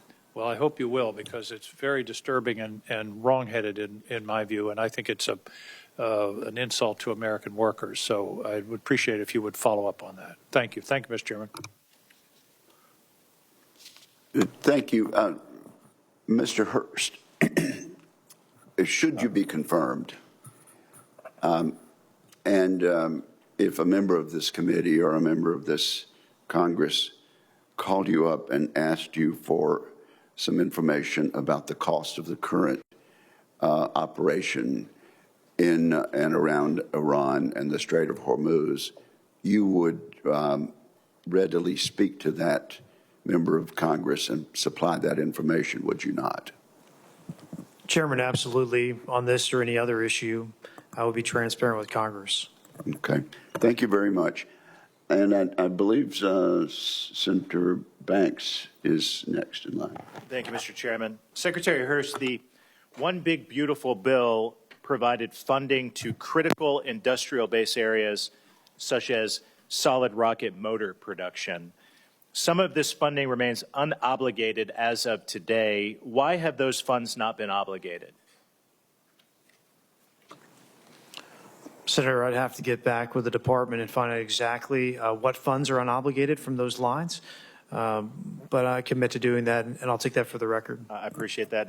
No idea. Can you speculate at all, or I appreciate you getting back with us and working with us on it. I don't know where that is in the contracting process, Senator. Okay. All industrial-based funding through IBAS and Title III must go through the Economic Defense Unit for deal team involvement for negotiating equity. What can be done to expedite that process, especially for solid rocket fuel production? Senator, it's a little bit outside of my lane, but I can take that for the record and find out what the current policies are in the department for that kind of acquisition. Okay, I look forward to that. I appreciate that. Also, Mr. Hurst, if confirmed, you'll play an important role in the potential Reconciliation 3.0. Last year, the reconciliation bill secured $170 million for a Navy radar depot, but the money instead went to the Army. How will you ensure that the department follows congressional intent for future reconciliation bills? Certainly better than the last one. Senator Banks, I think we can make some improvements in our process and communication regarding reconciliation spending. Part of that is developing better tools inside the department so we can quickly gather information and share it with Congress. And if confirmed, I'm committed to doing that. Any ideas of how we can do that better? I think the biggest thing is making sure we have the software in place and visualization tools to track things in real time so we can share adjustments to spend plans with Congress. Okay, I look forward to you submitting your questions to the first couple of your answers to the first couple of questions for the record. I'll look for those answers, Mr. Chairman. I yield back. Thank you very much, and I do believe we have Senator Kelly next. Thank you, Mr. Chairman. Mr. Hurst, the administration. I want to follow up on Senator King's question about Golden Dome. So it's made it a priority. It is a significant investment in limited resources that we have. So before Congress commits taxpayers to what could become the most expensive defense program in our nation's history, we need some confidence that the system is going to deliver the capability that's being promised. And to me, right now, it's clear that it won't. The most ambitious elements of Golden Dome is the space-based interceptor layer, and that is going to face significant technical challenges. The cost, the physics, the likely reliability, in my view, do not support a full-scale space-based intercept architecture. This means that we could spend more than $1 trillion and end up with a system that's not going to work and it's not going to meaningfully improve our security. So, Mr. Hurst, what analysis gives you confidence that Golden Dome is a responsible use of taxpayer dollars rather than an extraordinarily expensive system that's not going to achieve the stated objectives? Well, Senator Kelly, I appreciate your background in this area. I would say I have confidence in this because I trust the program manager, General Gutlein, to make these kinds of determinations and change course inside the program if necessary to achieve an outcome at the appropriate cost for the taxpayer. This is a better issue to be held in a classified session, but if you haven't gotten a brief from him, sir, I'd recommend it. It's compelling. I've gotten multiple briefs from him. Have you seen an analysis, a technical analysis that has convinced you that this is achievable? Or you just trust that he tells you we can do this? I believe it's possible to have a space-based interceptor capability. I think based on what? I think the big determination there is what will the cost per unit be, whether or not it's a fieldable capability that produces the kind of result we want. Do you understand that defeating a system with countermeasures and decoys is cheaper than interceptors? I'm familiar with some of the dynamics of an engagement in a space environment. Yeah, and so that becomes a math problem, like an economics math problem, is that the adversary's ability to defeat the system is less expensive than our cost to build the system. It will depend on how the technology turns out, but I think there's an opportunity to avoid that exact engagement scenario in a manner that makes the system more effective. How do we do that? I think, again, that'd be a better classified session. But you know how we do that? I haven't had a brief on that, and if that's still what General Gutlein's line of thinking is, I think it's a possibility that we should be interested in investing in the research and development dollars needed to procure.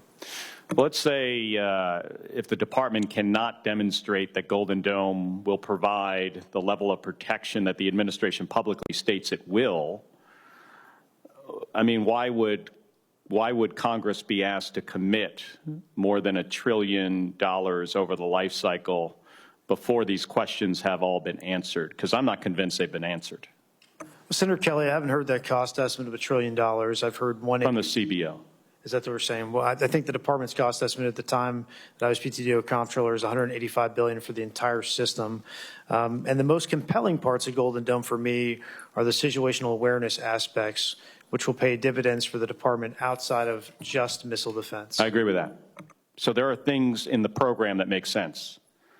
Detecting launches, even some other approaches to this. The space-based interceptor part is really, really hard, and the physics clearly favors the offense. So we could go down this road, spend hundreds of billions of dollars, and not get any return on that investment. And missile defense is, too important to pursue this just based on aspiration alone. So I want to make sure that we have a system that is technically achievable, strategically sound, and represents the best use of limited resources.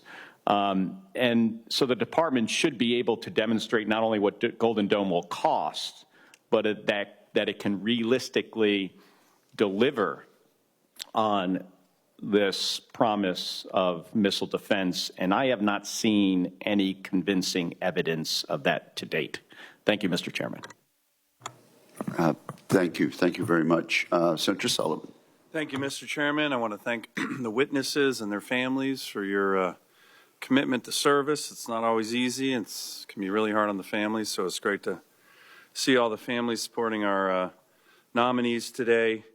I want to mention to a couple of my colleagues on the other side of the aisle. First, Senator Kelly. I was with some of the defense tech companies that are working on missile defense and Golden Dome, and I think it'd be great for you and Senator King, Senator Kane, all you guys, gals, to meet with some of them as well. I think there's a lot of innovation happening, and I know they'd welcome the opportunity to brief you guys, bringing down costs, increasing technological capabilities, and I think it's an exciting time in our missile defense world.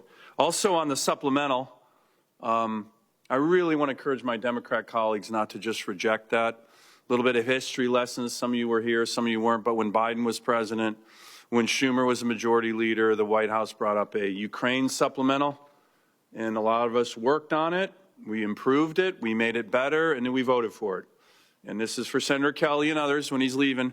During the NDAA markup, there was a lot of discussion about munitions. People wanted to talk about munitions. And so this is a munitions supplemental. And it would be really disappointing if my Democrat colleagues say, out of hand, we're going to reject the supplemental. We didn't do that when Biden was president and Schumer was majority leader. And it would be really disappointing if you guys did that and if you guys voted against cloture on the NDAA today. There's a lot of politics going on, but usually the politics that are encompassing the country don't usually kind of come to the Armed Services Committee. And if the NDAA is rejected today, if the supplemental is rejected, I think my colleagues on the other side of the aisle know that that'll be just for politics. And usually the serious senators on this committee try to forego politics and focus on national security. And I hope when it comes to the supplemental, when it comes to getting on the NDAA today, that they do the right thing. And that would be voting for these things, or at least considering them. I know the minority leader Schumer doesn't care about national defense, but you guys do, and I think that's important. So, if the war was authorized, Mr. Senator, if the war had been authorized, it would be a different discussion. Was the Ukraine war authorized? The gentleman, the senator from Alaska has the floor. Yeah, I think I'm onto something that's correct, and I hope you guys just don't reject it out of hand because you're being told to by your far left leadership, which isn't serious about national security and never has been. So let me turn to Mr. O'Malley, Mr. Hurst. One of the things that I've been trying to do, again, bipartisan in this committee, is lead the efforts on multi-year procurement opportunities that can help us on our defense industrial base, can help us bring down the costs.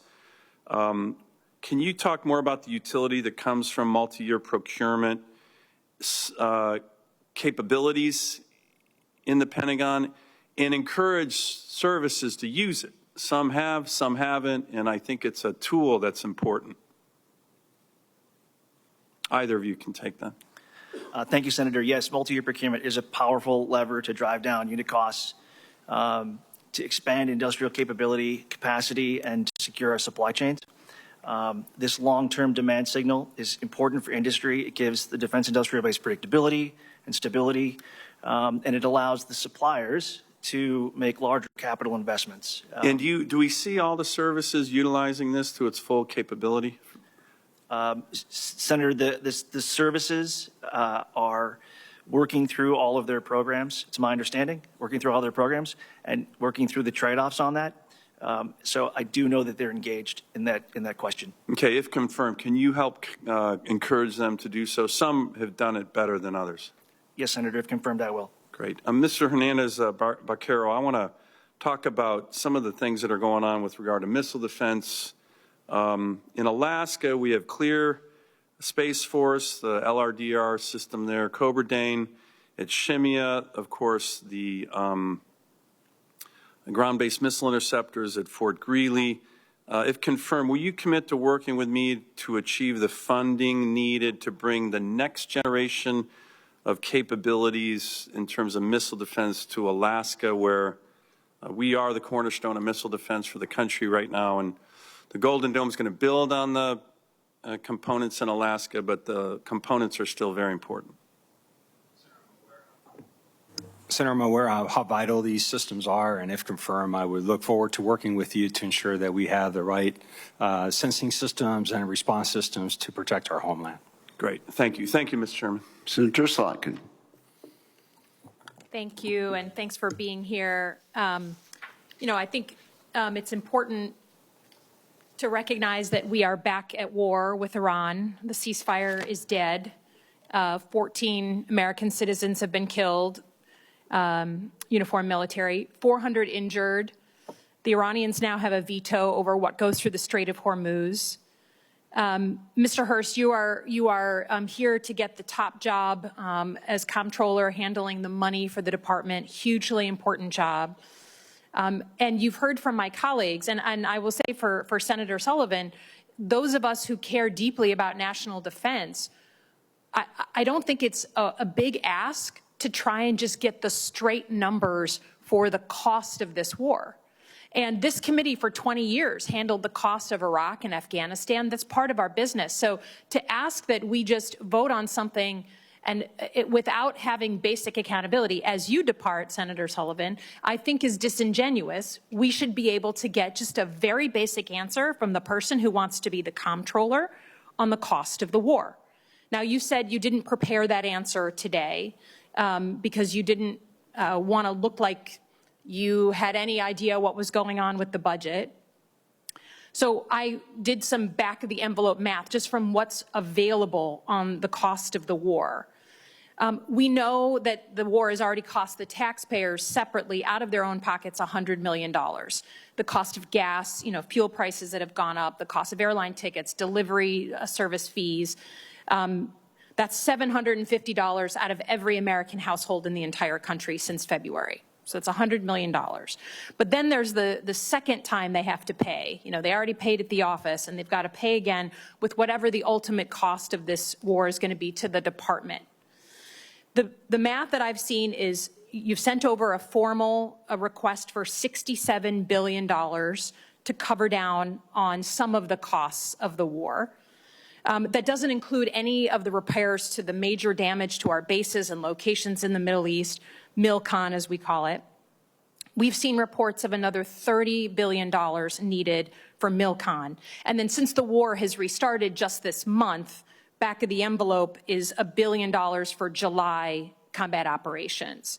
So by my math, that's $98 billion for the cost to the department. You can correct me if I'm getting any of those numbers wrong.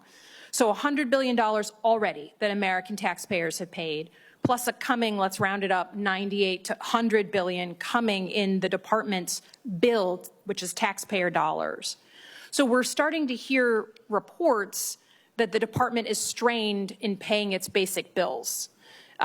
They're parking jets. The CNO was up here in May and said if he doesn't get more money, he's going to have to cut training.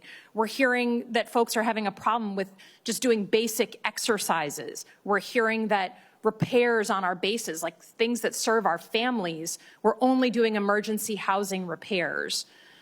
You don't want to answer any questions for the comptroller, but you are sitting in a job for the Army. Can you please say under oath any things that have been postponed, cut back, or put on hold because we do not have money anymore in the Army due to the Iran war? Senator, I don't have a listing of specific training exercises. Do you know of any?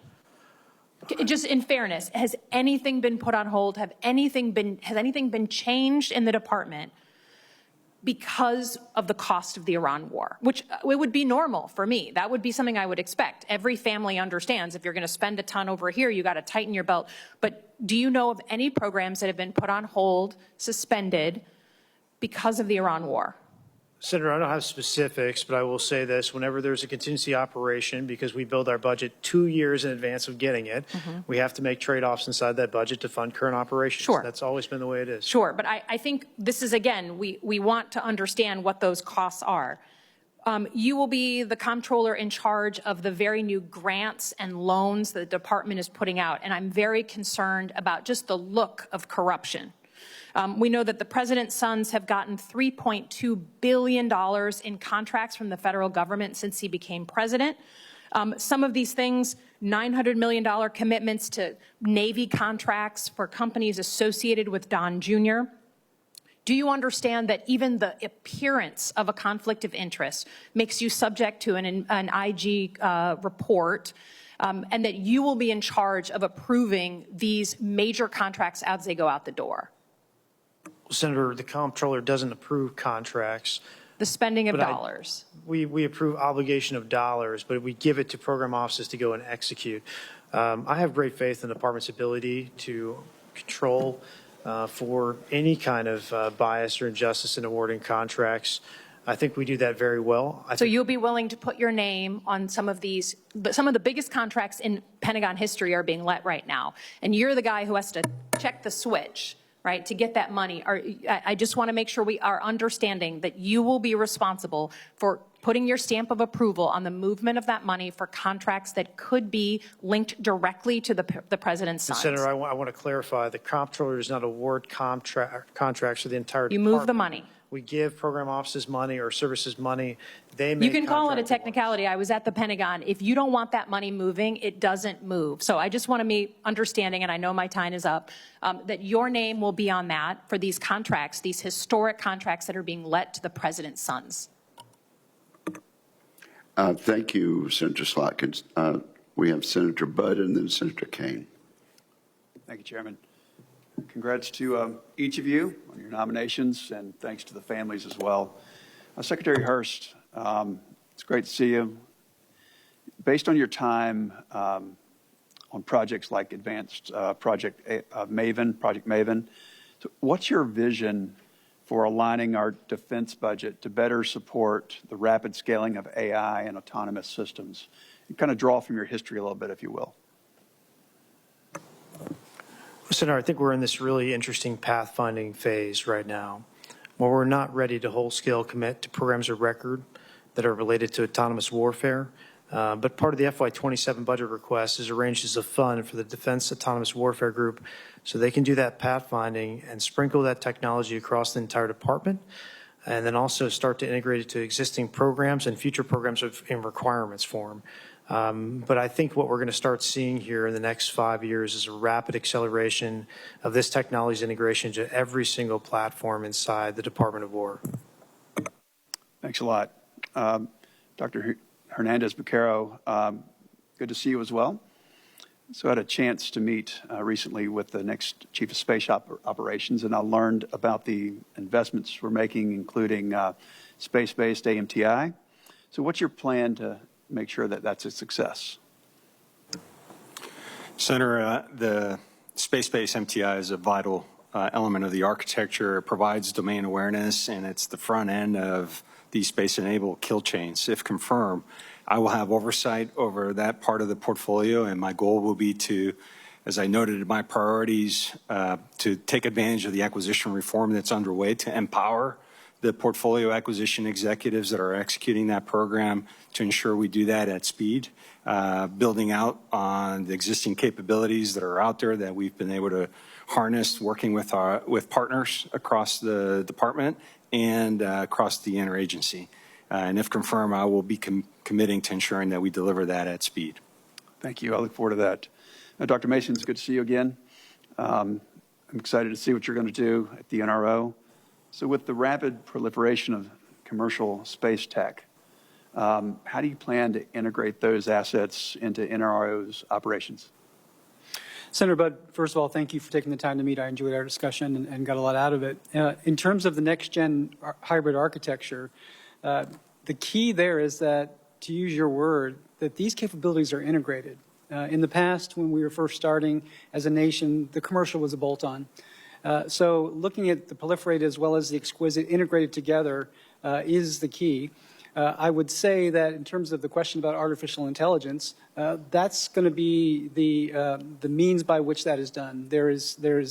It's not possible to do what the government wants to do in terms of the hybrid architecture without AI, and then doing it responsibly in a way that we get great effect as a nation, but also are mindful about risk management as well. Great, thank you. Mr. Malley, congrats again on your nomination. So given your mixed background in private sector investments and Navy intelligence, what are you most excited to tackle first when it comes to cutting through red tape and getting cutting-edge capabilities into the hands of our warfighters faster? Thank you, Senator. I appreciate you acknowledging the private sector background. At the company that I founded, we were very much focused on taking large data sets and being able to understand answers to questions that maybe you didn't even think of. And it would allow us to just move that much further ahead in the decision-making process. That is certainly something that I'd be excited about. But if confirmed, my top priorities are the Secretary's vision for acquisition transformation and to a new warfighting acquisition system, rebuilding the defense industrial base, expanding its capacity, bringing in new and innovative companies, and elevating and empowering, importantly, our acquisition workforce so that we can make faster, risk-informed decisions. Very good. Question again for you, Mr. O'Malley and Dr. Hernandez-Becerro, about multi-year procurement. So there's efforts to do multi-year procurement and the authorities for that on ships, aircraft, munitions. So what are your thoughts on additional acquisition programs that might be beneficial for us, something like satellites, anywhere else we could use this multi-year authority? Senator, I'll start by saying that earlier there was a question around launch and the capacity associated with launch, and we're putting a lot of demand on our launch capacity. That would be one area that I would look at to not only multi-year procurement, but just any incentives that we can do to attract more businesses to go into our launch, to expand our launch capacity. That's consistent with how it's been done across the department and other programs. It's essentially a capacity incentive for businesses to invest in infrastructure and capital equipment to do that. And then certainly as we proliferate the architectures, we have to produce more satellites. Those are elements that perhaps these models would apply. And if confirmed, I will look at all of those areas to ensure that we have the right capacity to deliver and to include and to use any tool available at our disposal, including multi-year procurements. Thank you very much. Mr. Malley. Thank you, Senator. Multi-year procurement is a powerful tool that the department is currently using, thanks to the Congress, to send a stronger demand signal to industry. I also think about the transition to the program acquisition executive and the service acquisition executive, giving them the authority that they need to not focus on necessarily isolated programs, but broader capability portfolios. And so multi-year procurement is certainly a tool in the toolbox, and it has been utilized. It's continuing to be utilized, and we thank the Congress for it. Thanks. Chairman. Thank you very much, Senator Budd. Senator King. Thank you, Mr. Chair, and thanks to the witnesses. Just a point in response to Senator Sullivan, and he and I chatted as he was leaving. Not all supplementals are exactly the same. And one of the issues that we're sort of grappling with, and this is no surprise, I suspect, to the witnesses or folks watching with the supplemental is on top of a presidential budget request that increases the Pentagon's budget by 40% in 1 year. And so we're sort of grappling with the 40% in 1 year increase and then the supplemental on top of it. And I think it's natural as exercising oversight to see, well, if we're going to increase the defense budget by that much, do you need a supplemental too? Or can the priorities in the supplemental be folded in? And Mr. Hurst, my questions to you are sort of, I want to do some budget math with you, and you're going to be better at this than me, so I want you to correct me if I get anything wrong. Last year, we passed a reconciliation bill, and in that reconciliation bill, we provided $153 billion for DOD. Is that right? Yes, Senator. And your testimony, I think, is consistent with this, that a bunch of that $153 billion has not been obligated. The records that we got from the Pentagon that were current through July 2 suggest that $68 billion has been obligated, but $89 billion of it has not been obligated. Does that sound generally accurate to you? Based on the number you gave, Senator, but I do expect that number to continue to increase through the fiscal year. Well, here's what interests me. So we did a reconciliation bill last year, and $89 billion of that to DOD is still unobligated. And so then I thought, $89 billion, that is a number that's remarkably similar to another number. The administration has sent us a supplemental request for $87 billion. Now, not all of that $87 billion is for the DOD. $67 billion is for the DOD. Other portions of the request, for example, aid to farmers who have been hurt by tariffs. Okay, but set that aside. We have $89 billion unobligated to the DOD from the reconciliation bill, and the administration is asking us for $67 billion in a supplemental that they recently delivered to us. So here's the question that I really want to get to, and I don't know whether in your current role or in your past role were you grappling with this. Has the Pentagon scrubbed the priorities that make up that $67 billion in the supplemental? So, for example, $21 billion is munitions. Have you scrubbed those priorities and then looked at the unobligated $89 billion and said, wow, we already have money that we could use to do things that we think are necessitated in the supplemental request? Do you know whether that's been done? Senator, I think it would be best to go do this as a QFR, make sure we give you a line by line that compares what's left in OBA, One Big Beautiful Bill Act, and then the supplemental request. But I would suggest to you that the $89 billion that Congress provided to us through OBA that's not obligated is likely for different capabilities than what's being requested in the supplemental. I suspect that it is, and yet we do act according to priorities. And so, you know, we're hearing that this supplemental is needed. Let's just use the munitions. Of the $67 billion, $21 billion for munitions in the supplemental. That is a dire need to replenish munitions stock. It may be that there are things that were in the reconciliation bill last year that are unobligated priorities that are important but aren't so urgent. And, you know, each priority, you can give it an importance ranking, and each priority, you can give it an urgency ranking. And I got to believe that some of this $67 billion in the supplemental is stuff that would match up with some of the line items in the unspent, unobligated money from last year. And we wouldn't be doing our oversight job if we were to just kind of, you know, forget about the $89 billion that still hadn't been obligated and say we got to rubber stamp the 67. We ought to be looking to see whether we can accomplish some of the objectives with money that is already at the department that hasn't been obligated. And the last thing I'll say on this same topic is, you know, we've also been told that there may need to be a reconciliation bill. So, and you and I chatted about this in my office. It's been a little complicated this year because there was an appropriations request increasing by 40% last year's appropriated amount. And there is a supplemental request, and then there's also a suggestion that there needs to be a reconciliation request. You know, to vote on door number 2, and when I'm not exactly sure what's behind door number 1 and door number 3, we really need to look at this all together. So my hope is, just going back to all of you, is take a look at the unobligated $89 billion and take a look at what you're asking for with the $67 billion in the supplemental request and see if there's dollars you already have that would enable you to accomplish objectives that have an immediate urgency. Thank you very much. Thank you, Senator. And this concludes today's hearing. I want to thank our witnesses and their testimony. I want to thank all of the families who are present in support of their family members. For information of members, question for the record will be due to the committee within 2 business days of the conclusion of this hearing, which is right now. And we are adjourned.